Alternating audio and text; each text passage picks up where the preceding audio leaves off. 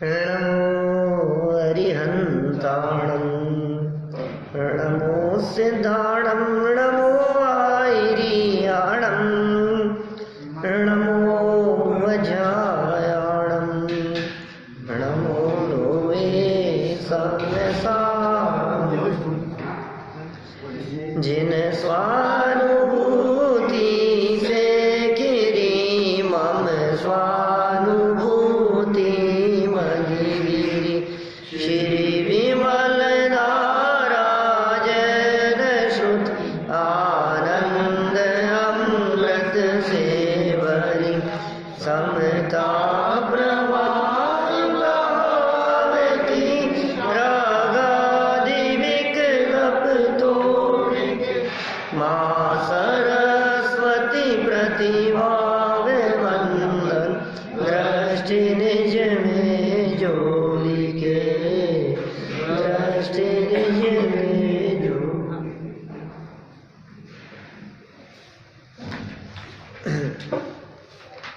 आचार्य कल्प पंडित प्रवर टोडरमल जी द्वारा लिखित रहस्यपूर्ण चिट्ठी के अंतर्गत प्रत्यक्ष अनुभूति और परोक्ष अनुभूति। तो इन्होंने कहा कि आत्मा तो परोक्ष है और जो अनुभव है यह अनुभव वो प्रत्यक्ष है। माने अनुभव को प्रत्यक्ष कह करके पुकारा गया है। कौन से गुणस्थान में यह अनुभव होता होगा? तो कहा चौथे गुणस्थान में आत्मा का अनुभव होता है। ये चौथा गुणस्थान चारों गतियों में संभव है। सम्यक दर्शन चारों गतियों में हो जाता है, तो चारों गतियों के जीव आत्मा का अनुभव कर सकते हैं। त्रियंच गति के जीव भी आत्मा का अनुभव कर लेते हैं। नार की जीव भी आत्मा का अनुभव कर लेवे। कैसा स्वरूप है। बस इतना है कि उनके जो आत्मा का अनुभव होता है वो थोड़े लंबे समय के अंतराल से होता है। कदाचित जल्दी भी हो जाए तो कोई ऐसी कुछ बाधा नहीं है। अनेक लोगों को इस तरह का भ्रम रहता है कि जो आत्मा का अनुभव 5-6 महीने में हुआ करता था वो आत्मा का अनुभव यदि 15 दिन के अंदर होने लगे तो 5वां गुणस्थान हो जाएगा। ऐसा नहीं है। यदि अंतर मुहूर्त में दोबारा आत्मा का अनुभव हो जाए तो 6वां 7वां हो जाएगा, ऐसा नहीं है। लेकिन उल्टा लगाओ इस बात को, अंतर मुहूर्त में आत्मानुभूति दोबारा ना हुए तो 6ठे से गिर जाएगा, 6ठे 7वें से नीचे आ जाएगा। 15 दिन में दोबारा ना हुए तो 5वें से गिर जाएगा।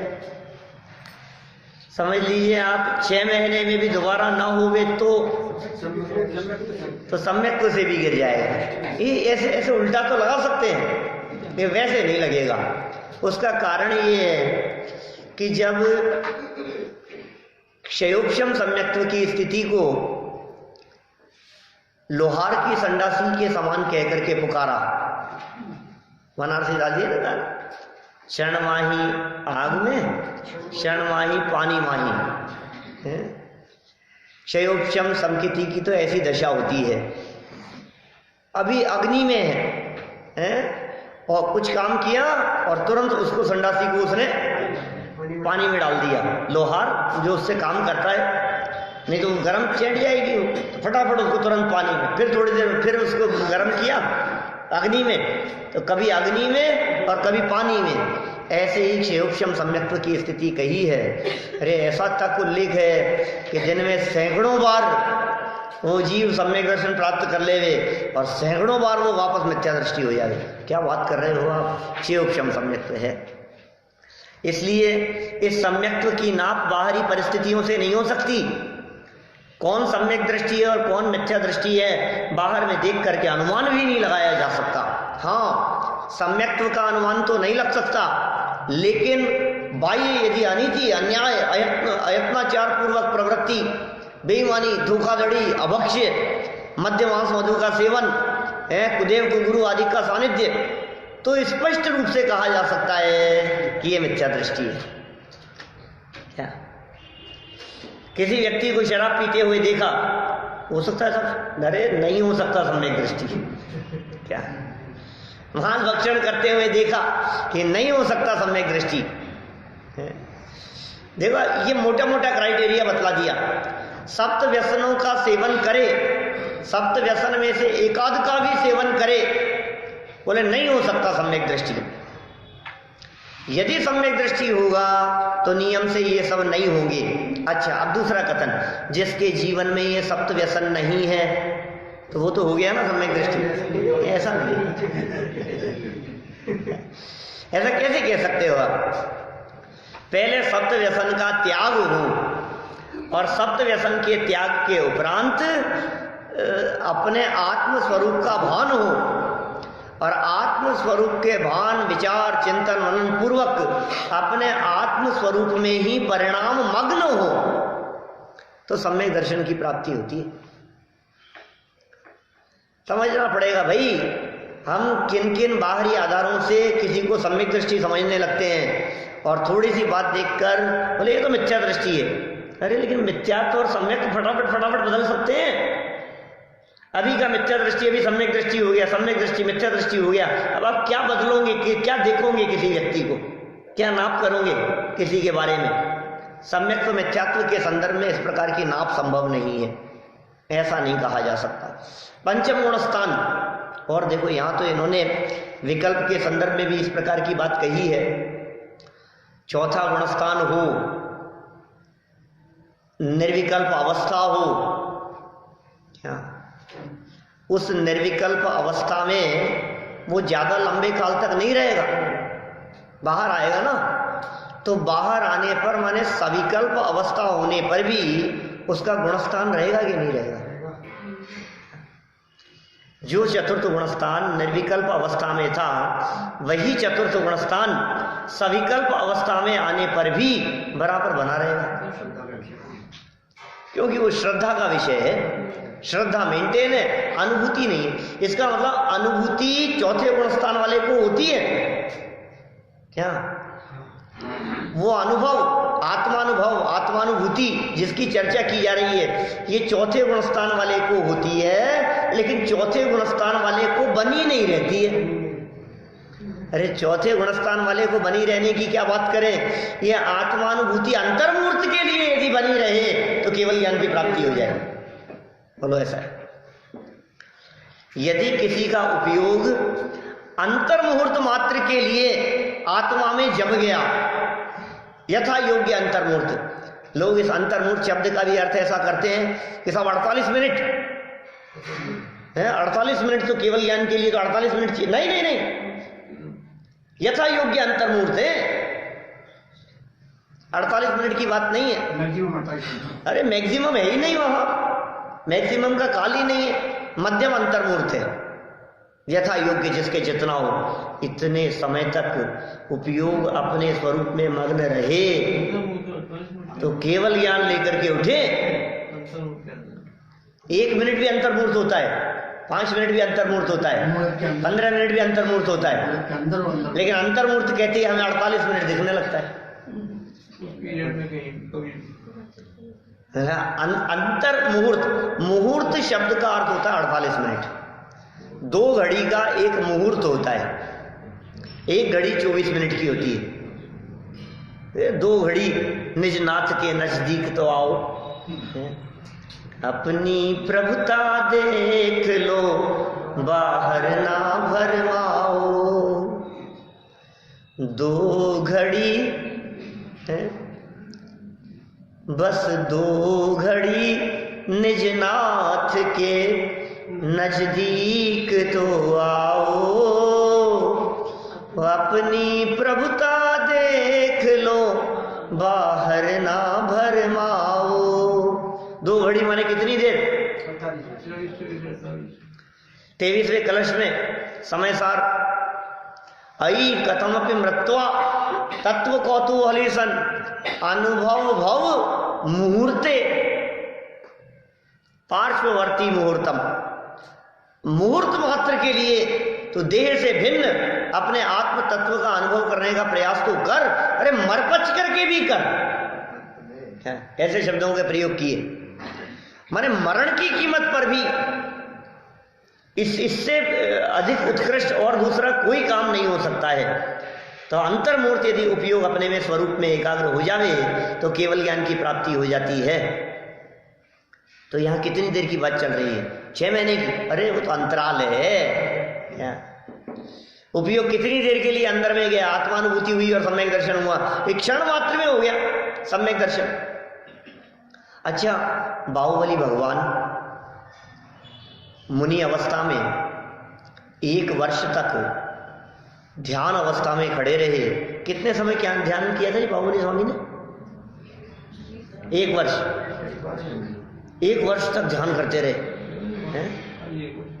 1 वर्ष तक ध्यान करते रहे हैं? किसका ध्यान किया? आत्मा का। झूठा के सच्चा? सच्चाई होगा, झूठे की क्या बात कर रहे हो? बाहुबली भगवान की बात कर रहे हो, सच्चाई ध्यान होगा। तो 1 साल तक ध्यान करने पर भी केवल ज्ञान नहीं, 10-11 महीने 11.5 महीने तक भी केवल ज्ञान नहीं। अरे भैया, भले ही दुनिया को, जगत के जीवों को 12 महीने दिखाई देवे, लेकिन सच बात यह है उपयोग अंतर्मुहूर्त तक अपने स्वरूप में लीन नहीं हो सका था। ये असली कारण है। इसलिए बारे में नहीं लगे। जगत के जीव प्रथमानुयोग भले ही यह कथन करता रहे कि क्यों नहीं हुआ उनको केवल ज्ञान, कि भरत की भूमि पर खड़ा हूं, ये विकल्प था, ये शल्य थी। तो भी वो 1 साल तक स्ट्रेट पे कैसे खड़ी रही? ये विकल्प था तो? हाँ, नहीं था ये विकल्प। हम ये कह रहे हैं ये विकल्प नहीं हो सकता। ये विकल्प बहुत स्थूल विकल्प है। प्रथमानुयोग का कथन है। प्रथमानुयोग, चरणानुयोग, करणानुयोग, द्रव्यानुयोग, चारों अनुयोगों की शैली अलग अलग प्रकार की होती है। प्रथमानुयोग इतनी स्थूल शैली में बात करेगा कि साहब उनको नकुल और सहदेव, उनको मोक्ष क्यों नहीं हुआ? तो उनको भाइयों के बारे में विकल्प आ गया। हम तो युवा हैं, अब ये बेचारे युधिष्ठिर, भीम, अर्जुन, उनका क्या हाल हो रहा होगा? उनको ये विकल्प आ गया, इसलिए वो बेचारे रुक गए। प्रथमानुयोग की शैली है भाई। क्या असली बात तो ये है, उपयोग अपने में लीन नहीं हो सका था। अच्छा, आप जिस धरती पर बैठे हो, ये धरती किसकी है? बोलो साहब, कौन यहाँ का मालिक? अरे धरती की भी आप कैसे उटपटांग बात करते हो? या तो राजा की धरती की बात चल रही है, आप उस सिद्धांत को लगाते हो। धरती का मालिक कोई ना कोई राजा तो होगा कि नहीं? राजा का ही राज्य होता है ना। ऐसा थोड़ी ना हो सकता है कि किसी राजा का राज्य नहीं हो, ऐसी धरती पर चले जाऊं। और भरत जी तो 6 खंड के स्वामी थे, तो बाहुबली जैसों को पता नहीं हो भरत की है तो है, वो तो उसी की रहेगी, उसमें क्या है? जितने मुनिराज होते हैं, जितने ज्ञानी होते हैं, जितने तपस्वी होते हैं, किसी न किसी राजा की भूमि पर ही होते हैं, तो होगी। ये कोई विकल्प करने की बात है? इसमें क्या है? हम यदि दीक्षा लेंगे तो वसुंधरा की भूमि पे खड़े हैं कि नहीं? यहाँ नहीं साहब, राजस्थान की मुख्यमंत्री है तो वो ये मुख्यमंत्री कि उसी का है साहब। पूरा राजस्थान कौन है? आप केंद्र में बात करो तो कहे राजस्थान किसका है? अभी किसके? राजस्थान तो अभी तो वसुंधरा के हाथ में है, तो उसका है। तो कहीं भी रहेंगे तो उसी की धरती पर खड़े हैं ना। बाहुबली को इतनी सी अकल नहीं थी कि मैं दीक्षा ले भी लूंगा तो भी 6 खंड के बाहर तो नहीं जाऊंगा, रहूंगा तो 6 खंड में ही। कोई विकल्प नहीं हो सकता है ऐसा, इस प्रकार का विकल्प। फिर भरत जी ने आकर के कहा कि तू क्या विकल्प कर रहा है? तो भरत जी को कैसे पता लगा कि बाहुबली को ये विकल्प चल रहा है? बताया होगा बाहुबली ने कि मेरे को ये विकल्प चल रहा है। मौन थे ना वो तो। क्यों? बाहुबली स्वामी तो मौन थे ना। दीक्षा लेने के बाद में भिक्षा के लिए नहीं निकले, दीक्षा लेने के बाद में हिले नहीं, दीक्षा लेने के बाद में चले नहीं, दीक्षा लेने के बाद में बोले नहीं, एक ही स्थान पर स्थिर खड़े हुए हैं। और भरत जी ने आकर के कहा, अच्छा फिर तो आंखें खोल ली होगी उन्होंने। भरत जी ने कहा, भरत जी की बात सुनी होगी, फिर विकल्प टूटा होगा। कैसे बनी होगी ये सब परिस्थितियां? हम तो प्रैक्टिकल सोचो ना। आप यदि ये कह रहे हो कि भरत जी ने आकर के जब उनसे कहा, लोग ऐसा कहते हैं, प्रथमानुयोग ऐसा कहता है, तो उनका विकल्प टूट गया, बराबर? तो विकल्प टूट गया उनका। तो इसका मतलब भरत जी आए होंगे तो उनको पता होगा कि भरत जी आए हैं। भरत जी ने हाथ जोड़े होंगे, उनके पांव पड़े होंगे, तो उनको पता लगा होगा कि भरत आया है, इसको आशीर्वाद दे दूं। अरे वो तो बोले ही नहीं, ध्यान मग्न है।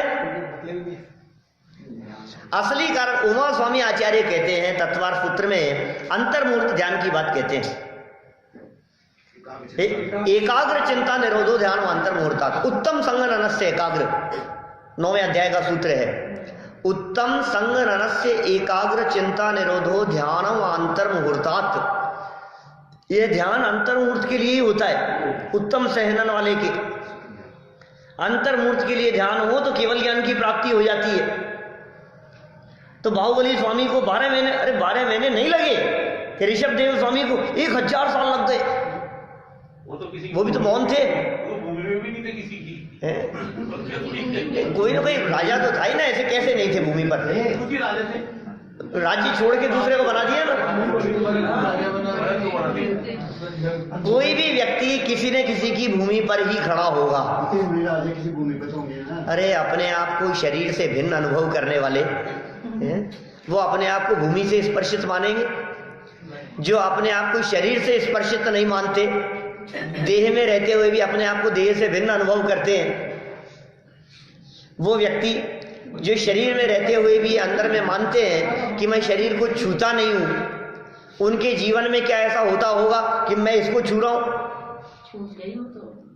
छूट गया वो तो बस सूक्ष्म बात है भाई। वो सूक्ष्म बात इतनी सी है, उपयोग स्थिर नहीं था, फिर बाहर आ गया। अब आप कहोगे क्या आ गया था? तो हम तो गृहस्थ हैं, हम लोग क्या सोचें उसके बारे में, हमें क्या पता लगे? केवल ज्ञानी जानते हैं। पहले शैली प्रथमानुयोग की अलग प्रकार की होगी, द्रव्यानुयोग की अलग प्रकार की होगी, करणानुयोग की अलग प्रकार की होगी। लिखा किसने होगा? नहीं, उसमें क्या हो गया? प्रथमानुयोग की तो शैली इसी प्रकार की होती है। प्रथमानु, हाँ अंदाजा ही है, और क्या है।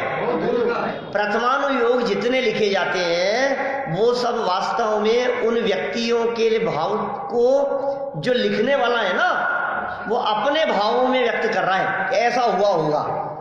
जैसे मान लो प्रथमानुयोग के अंदर ये कथा लिखी ऐसी कि फिर रामचंद्र जी ने सीता को ये जवाब दिया, तो वही जवाब दिया होगा, ये खड़ा था वहां लिखने वाले, यही वाक्य बोले होंगे। फिर ऐसा सुनकर सीता को ऐसा विकल्प आया, तो वो विकल्प ही इनको पता लिखने वालों को। ये सब पूरा जितना प्रथमानुयोग लिखा जाता है, ये सब प्रथमानुयोग अंदाजे से लिखा जाता है। घटनाएं सत्य है, जो मूल घटनाएं हैं, ये सीता की अग्नि परीक्षा हुई थी, ये मूल घटना सत्य है। रामचंद्र जी को 14 वर्ष का वनवास हुआ था, ये घटनाएं आपको जितनी रामायण होगी दुनिया में, उन सब में आपको ये घटना ज्यों की त्यों मिलेगी। 14 वर्ष का वनवास हुआ कि कहीं ने 2 वरदान मांगे, ऐसा हुआ वैसा हुआ है, वो लौट करके आए, वो उंगली उठा दी उसके ऊपर, उसको जंगल में छुड़वा दिया सीता को, अग्नि परीक्षा हुई, लवकुश हुए। रामचंद्र जी की पत्नी सीता थी और लवकुश उनके बच्चे थे, दशरथ रामचंद्र जी के पिता थे। यह बात सब जगह पर कॉमन होगी, लेकिन फिर भी 200 से ज्यादा रामायण है पूरे हिंदुस्तान में, और सब में जो प्रतिपादन करने की शैली है, वो कह रहे हैं कि रामचंद्र जी ने ये कहा और दूसरा कह रहा है कि ये कहा। अब क्या कहा था, सच क्या है? अरे क्या उलझ रहे हो इसमें? प्रथमानुयोग है, प्रथमानुयोग उलझने के लिए नहीं होता। चरणानुयोग आचरण की बात करता है। करणानुयोग यदि ये कहेगा कि बाहुबली स्वामी को केवल ज्ञान नहीं हुआ, तो करणानुयोग क्या कहेगा बोलो? करणानुयोग ये कहेगा श्रेणी नहीं चढ़ना प्रारंभ किया, 6वें 7वें में झूलते रहे, ये करणानुयोग कहेगा। 6वां 7वां गुणस्थान रहा, यदि वे श्रेणी चढ़ते तो केवल ज्ञान की प्राप्ति कर लेते, श्रेणी नहीं चढ़े। द्रव्यानुयोग क्या कहेगा? उपयोग स्वरूप में स्थिर नहीं हो सका, ये द्रव्यानुयोग बात करे। तो शैली है ना अलग अलग प्रकार की, कथन करने की शैली है। और घटना क्या है? घटना सच्ची ये है कि 1 साल तक खड़े थे, ये सच्ची घटना है। क्या आपने पूछा ही नहीं कभी? अब ये अनुभव की बात आ गई है, हमने तो कई बार कही है पहले, पिछले 5 साल में नहीं कही होगी, हो सकता है जब से आप आ रहे हो 6 साल में।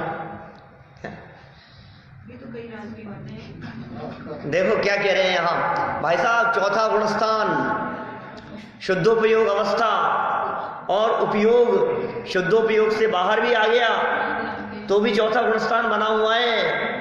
क्या कैसे बना हुआ है? अरे बना रहता है उपयोग बाहर में, क्योंकि ज्यादा लंबे समय तक उपयोग, मैं तो कहता हूं शुभ अशुभ ज्यादा लंबे काल तक नहीं रह सकता। आप शुद्धोपयोग की बात कर रहे हो, शुद्धोपयोग तो फिर लंबे काल तक हो सकता है, क्योंकि लंबे काल तक हो जाएगा तो गुणस्थान बढ़ जाएगा।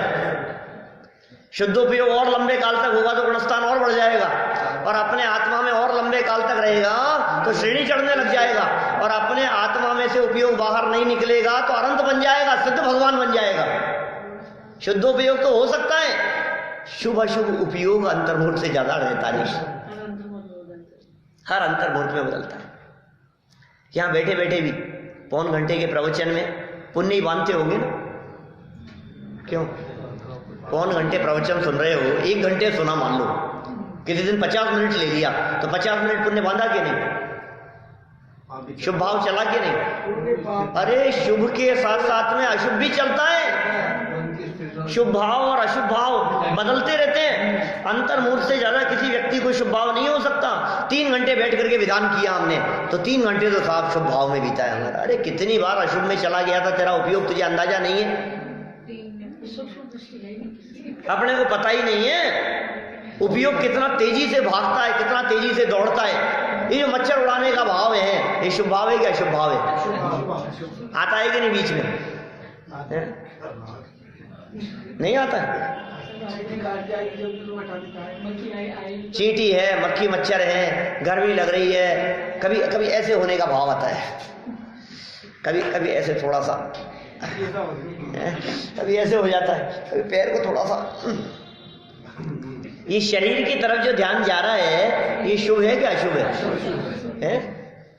अशुभ भाव है। अब कभी बैठे बैठे ही ये क्या हुआ,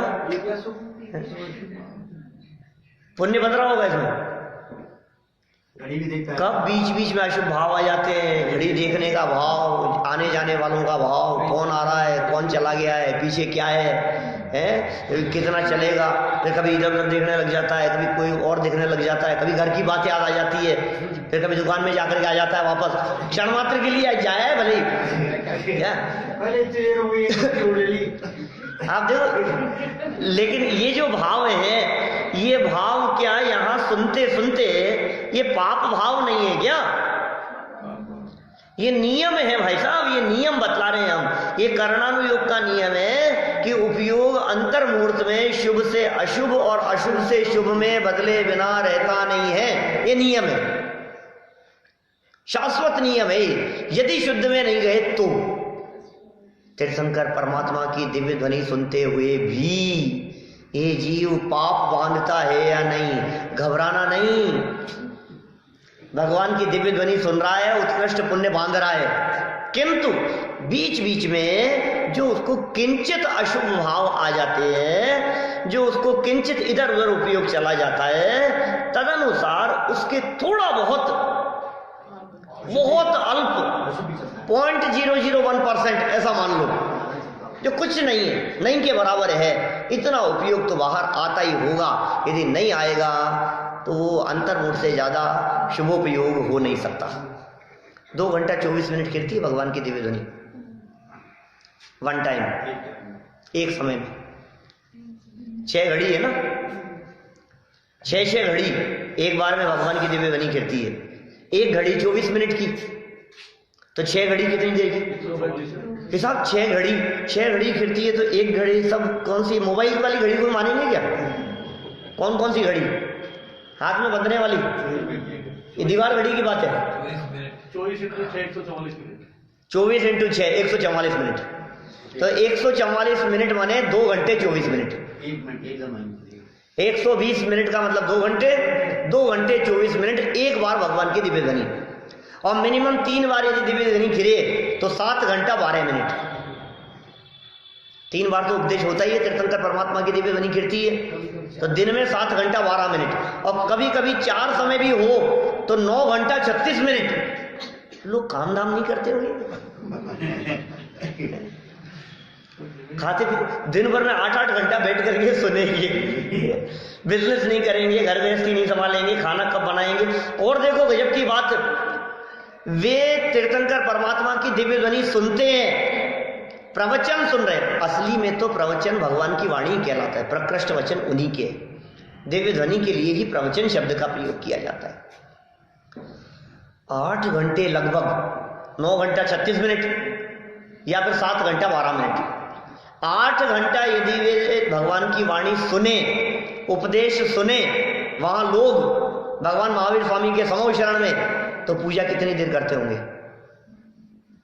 अरे टाइम ही कहाँ मिलता है, इतनी देर तो उपदेश ही हो रहा है भगवान का, सुनने का टाइम कहाँ मिल रहा है? तो भी करते तो होंगे। जिनेंद्र देव की पूजन करना तो षट आवश्यकों में शामिल है ना, नित्य पूजन करना, तो देव पूजा तो करते ही होंगे, तो कितनी देर करते होंगे? मुश्किल से आधा घंटा। क्या कहा? मुश्किल से आधा घंटा, माने 8 घंटा उपदेश सुने तो आध घंटा पूजन करे, तब जाकर के आत्म कल्याण होता है। यहां तो 8-8 घंटे विधान करते हैं और आधा घंटा भी प्रवचन के लिए नहीं निकालते। क्या पूजन और प्रवचन में क्या अंतर है? करते रहते हैं अपन बातें, क्या अंतर है बतलाओ? जब भक्त बोले और भगवान सुने उसका नाम है पूजा, और जब भगवान बोले और भक्त सुने उसका नाम है प्रवचन। क्या पूजन में हम सुनाते हैं क्या? भगवान को, मैंने तेरे ही भरोसे पारसनाथ, हम अपनी सुनाए जा रहे हैं। हे भगवान, प्रभु जी आ गए तेरे चरण में, मैं आयो तुम्हारे द्वार, चक्कर खाते खाते प्रभु जी आयो थारे द्वार, दुनिया से चित्त घबरायो। खूब सुनाई हमने वहां, नरकों में ऐसा, तिरंज गति में ऐसा, नहीं चालो जटे गिर पड़े हो, पापी दे सोटन की मारे हो। पूजा में क्या करते हैं हम? सारी बातें सुनाए रहे हैं। मारी दीन तणी सुन बीनती, सुनते होंगे कि नहीं भगवान? नहीं सुनते भगवान नहीं सुनते, जानते ऑलरेडी क्या हो रहा है, जानते उनके ज्ञान में है, सब झलक रहा है। पूरे रामायण सुनाई, अब अंत में कह दिया यद्यपि तुमको रागादि नहीं, यह सत्य सर्वथा जाना है। ये सत्य बात है कि आपको रागादि नहीं है, इसलिए आप भक्तों का भला नहीं करते, आप शत्रुओं का संहार नहीं करते, आप दुष्टों को सजा नहीं देते। ये परम सत्य बात है, क्योंकि आपके रागादि है ही नहीं। तो फिर सुनाए जा रहे हो, तो अब क्या होगा? तो अब उनकी सुन तो काम चलेगा, उसके लिए तेरे पास में टाइम कि साहब अपनी बात को भगवान की बात कह रहे हैं, अपनी बात नहीं कह रहे हैं, शास्त्र की बात कह रहे हैं, आगम की बात कह रहे हैं। आगम उसे कहते हैं जो तीर्थंकरों की वाणी होती है। ये जो बात यहाँ कही जा रही है, ये गलत फहमी नहीं हो जाएगी। ये बात संजीव गोदा की कही गई बात है, ये बात इनकी पंडित जी की कही हुई बात है, ये बात वीतरागी संतों की कही गई बात है, ये मुनिराजों की बात है, ये बात गणधरों से चली आई है, ये बात तीर्थंकरों की बात है, साक्षात भगवान महावीर से आई हुई बात है। ये चिट्ठी पढ़ रहे हैं हम, इसे हमारी समझ करके सुनोगे तो कुछ हासिल नहीं होगा, और उसे यदि तीर्थंकर परमात्मा की वाणी समझ करके सुनोगे तो कल्याण हुए बिना रहेगा नहीं। साक्षात तीर्थंकर परमात्मा की बात परंपरा से, आगम परंपरा से चली आई है, हम तक आ गई है। बड़े भाग्य से हमारे को ये बात मिल गई है। तो क्या बात चल रही थी अपनी? भगवान को सुनाना नहीं, भगवान की सुनना। बात ये चल रही थी कि अंतर्मूर्त में उपयोग बदल जाता है। बात ये चल रही थी कि 2 घंटा 24 मिनट मिनिमम वहां दिव्य ध्वनि बैठ करके सुने, तो वहां भी उपयोग इधर उधर अंतर्मूर्त के अंदर अंदर जाए बिना रहेगा नहीं, क्योंकि शुभ से अशुभ और अशुभ से शुभ ये उपयोग बदलता ही रहता है। यहाँ तो बात शुद्धोपयोग के बारे में चल रही है, चौथे गुणस्थान के बारे में चल रही है, आत्म अनुभूति। कितने समय देखो, निर्विकल्प दशा चौथे से ही होती है, चौथे में बहुत काल के अंतराल से होती है, और ऊपर के गुणस्थानों में शीघ्र शीघ्र होती है, जल्दी जल्दी होती है। लेकिन ये जो जल्दी जल्दी की भी जो बात कही है, ये जल्दी जल्दी की बात भी ज़्यादा ऊपर गुणस्थानों में नहीं लेना, क्योंकि वहाँ ज़्यादा जल्दी के लिए अवकाश ही नहीं है, उपयोगी मग्न है। ज़्यादा जल्दी जल्दी तो तब कहेंगे जब उपयोग बाहर आता हो, तो छठवें सातवें तक की बात होगी, उपयोग बाहर आता है। ऊपर के गुणस्थानों में तो उपयोग बाहर आता ही नहीं है। सातवें गुणस्थान से ऊपर के गुणस्थान शुद्धोपयोग के ही गुणस्थान कहे हैं। सातवें गुणस्थान शुद्धोपयोग, छठवां शुभोपयोग का, पांचवें में कभी कभी होता है, चौथे में तो अशुभोपयोग भी हो जाता है। शुभ अशुभ शुद्ध तीनों है चौथे में, पांचवें में भी कदाचित तीनों है। छठवें में पंडित जी ने लिखा अशुभोपयोग परिणति का तो सत्ता ही नहीं रही। शुभ में आते हैं, अंदर चले जाते हैं, शुद्धोपयोग होता है, फिर शुभ में आ जाते हैं। अंदर जाते हैं तो सातवां गुणस्थान, शुभ में आए तो छठवां गुणस्थान, तो छठवां सातवां गुणस्थान शुभ और शुद्ध के झूले में चलते रहते हैं, आ जाते हैं। उसको भी शुभ में गिना है, ले तप बढ़ावन हेतु, इसलिए उसको अशुभ में नहीं लिया। आप कह दो कि भाई भोजन का विकल्प आया है, आहारचर्या का विकल्प आया है, तो इसको किस में लोगे आप? तो कोई व्यक्ति कह देगा कि भाई अशुभ है, लेकिन हम ये कह रहे हैं कि प्रयोजन देखो तो शुभ है, शुभ भाव है वो। क्यों ले रहे हो? भोजन भोजन के लिए नहीं ले रहे।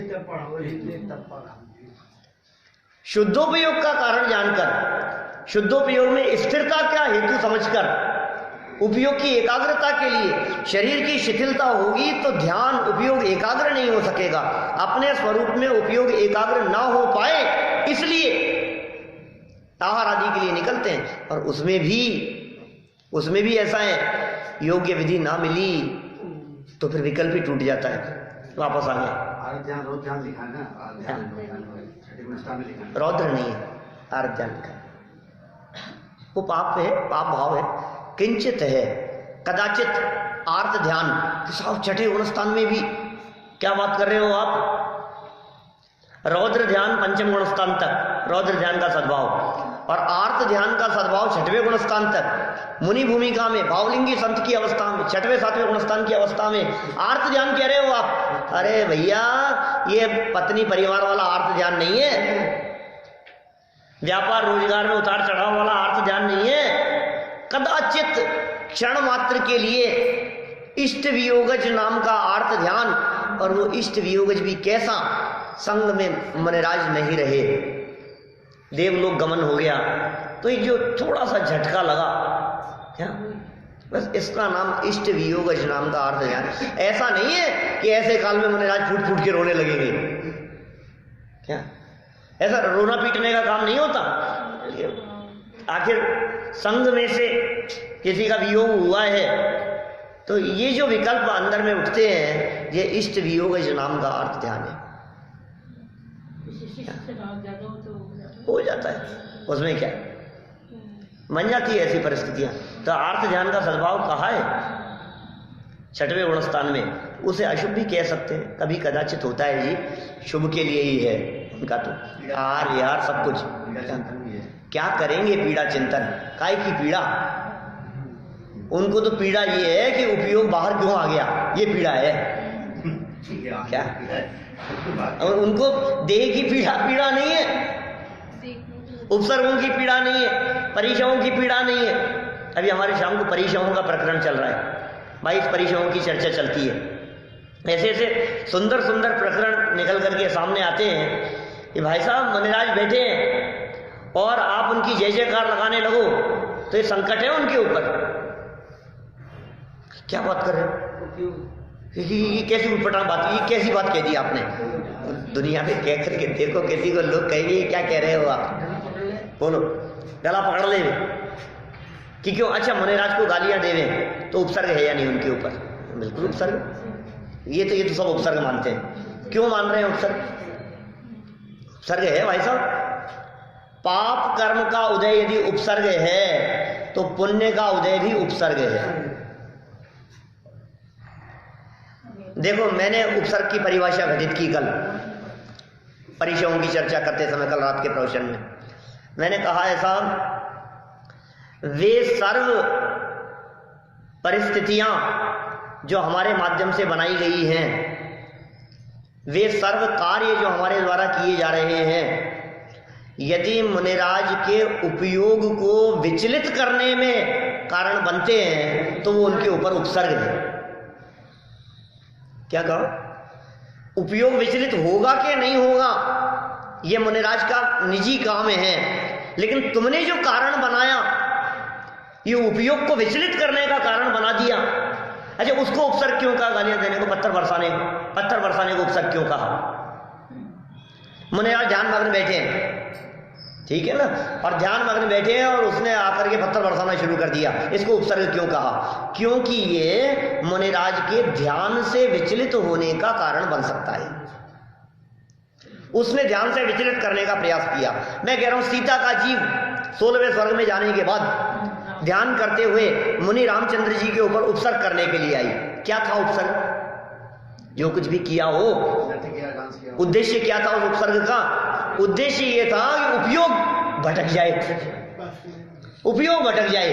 तो उपयोग का भटकना, मुनिराज के उपयोग का भटकना, ये असली उपसर्ग है। और उपयोग के भटकाने के लिए आपके द्वारा किए गए सारे प्रयास, वो आपके द्वारा किया गया उपसर्ग है उनके ऊपर।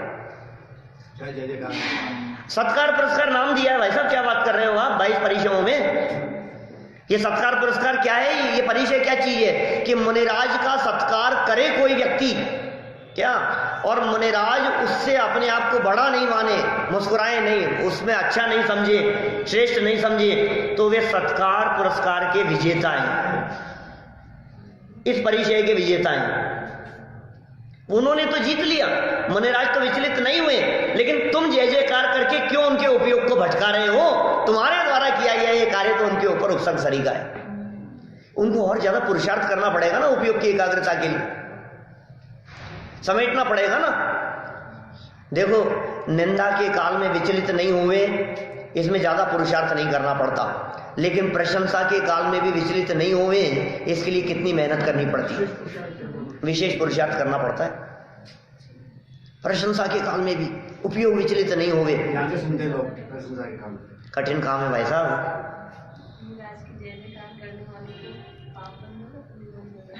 क्या? नहीं, देखो ऐसा है, मुनिराज की जय जयकार करने वाले को तो पुण्य बंधेगा क्या?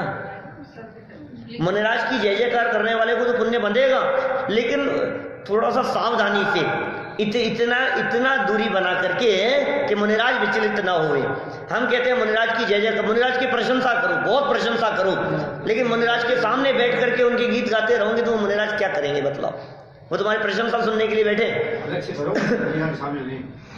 अलग से करो, खूब चर्चा करो मुनिराज की, क्या अर्घ चढ़ाओ, पूजन भी करेंगे मुनिराज की, है पड़गान भी करेंगे, सब योग्य विधि से उनको आहार भी देंगे, बहुमान भी आएगा। श्रावक के हृदय में मुनिराज के प्रति जो बहुमान है, वो बहुमान पुण्य बंधन का कारण है।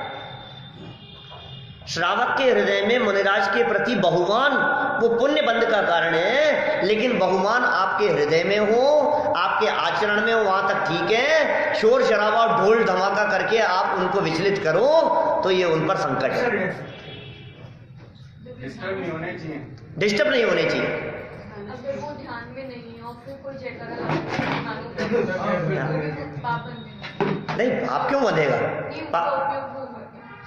ये यदि उनका उपयोग विचलित होता है, मान लीजिए मुनिराज का उपयोग नहीं भटकना चाहिए, हम तो ये जान रहे हैं।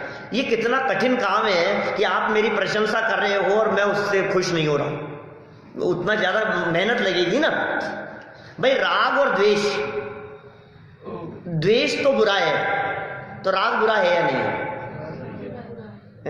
रोना तो बुरा है, हंसना बुरा है या नहीं? वीतरागता में तो रोने को कोई स्थान नहीं है, तो हंसने को भी कोई स्थान नहीं है। वीतरागता तो वही है ना, राग भी नहीं और द्वेष भी नहीं। हमारे भगवान तो वीतरागी होते हैं ना, हमारे मुनिराज तो वीतरागता की मूर्ति है ना, वीतरागता के मार्ग पर चल रहे हैं ना। निंदा और प्रशंसा दोनों से ही बचकर रहते हैं, दोनों से ही सावधान रहते हैं। देखो भाई, वो वाक्य दादा का जो धर्म के 10 लक्षण में उत्तम मार्दव या क्षमा धर्म के प्रकरण में उन्होंने दिया, मार्दव धर्म के प्रकरण में दिया है, बहुत सुंदर वाक्य। जिनका शारीरिक स्वास्थ्य कमजोर होता है, क्या कहा? जिनका शारीरिक स्वास्थ्य कमजोर होता है उन्हें ठंडी और गर्म दोनों ही हवाएं परेशान करती है। ठंडी हवा लगने पर उन्हें जुकाम हो जाता है और थोड़ी सी गर्म हवा लगने पर उन्हें लू लग जाती है, जिनका शारीरिक स्वास्थ्य कमजोर होता है। इसी तरह जिनका आत्मिक स्वास्थ्य कमजोर होता है उन्हें भी निंदा और प्रशंसा दोनों ही हवाएं नुकसान करती है। निंदा की गर्म हवा लगने पर उन्हें क्रोध की लू लग जाती है और प्रशंसा की ठंडी हवा लगने पर उन्हें मान का जुकाम हो जाता है। किन्हें? हम जैसे गृहस्थों को।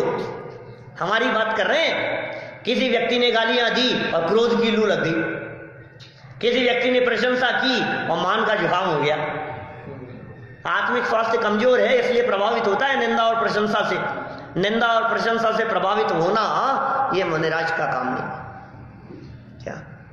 निंदा और प्रशंसा से अप्रभावित, क्योंकि वे जानते हैं ये जिसकी प्रशंसा कर रहा है वो मैं हूं नहीं। ये किसकी प्रशंसा करेगा? ये जानता ही नहीं है मैं कौन हूं।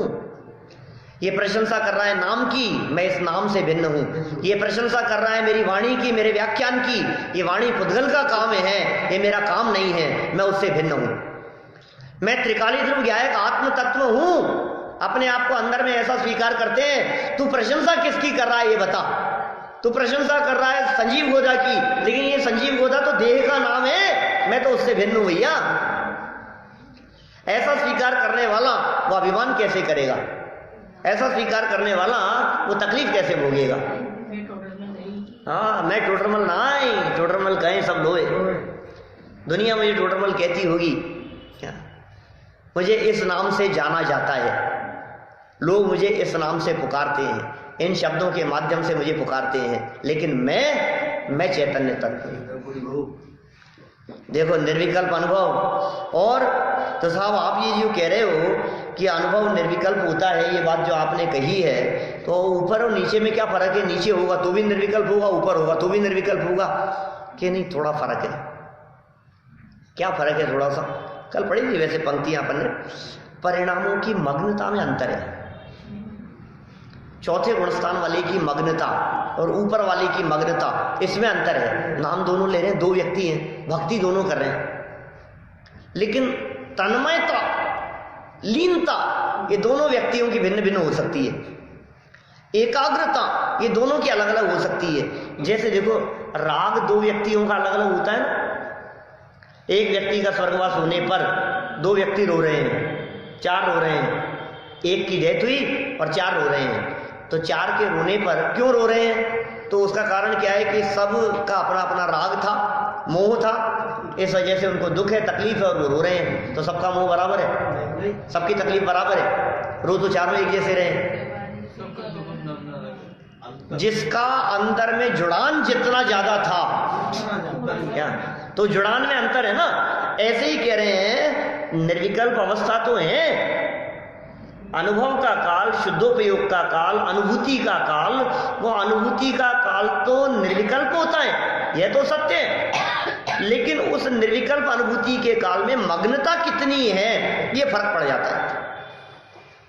नीचे के गुणस्थानों में मग्नता कम है और ऊपर के गुणस्थानों में मग्नता विशेष होती है, ये फर्क पड़ता है। ऐसा फर्क पड़े बिना नहीं रहता।